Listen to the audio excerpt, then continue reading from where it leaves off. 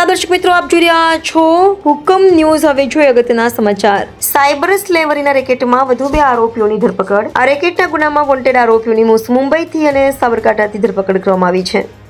Surat cyber crime પોલીસે wanted આરોપીઓની મુંબઈ અને સાબરકાંઠાથી ધરપકડ કરી છે। સુરત સાયબર ક્રાઇમ પોલીસે શશાંક સક્સેના અને દાનિશ દાંત્રેલિયાની ધરપકડ કરી છે। તંત્રી ફરીદ શેખ, હુકમ ન્યૂઝ, વડોદરા।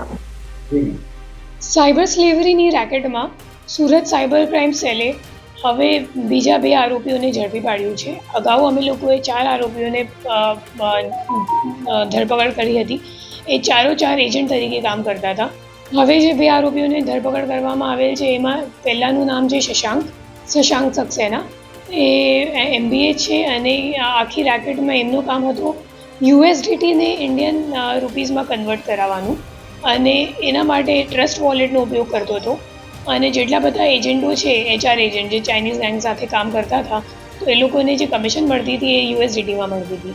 એ USDTને પછી INRમાં કન્વર્ટ કરવા માટે એ લોકોએ શશાંક સક્સેનાનો હેલ્પ લીધો, અને જે આપણો મુખ્ય આરોપી છે નિપેન્દ્ર ચૌધરી, તો એ અને શશાંક સક્સેના છેલ્લા 1 વર્ષથી કોન્ટેક્ટમાં છીએ, અને એ છેલ્લા 1 વર્ષમાં ઘણા બધા ટ્રાન્ઝેક્શન્સમાં શશાંકે નિપેન્દ્રનું હેલ્પ કર્યું છે USDTને INRમાં કન્વર્ટ કરવા માટે।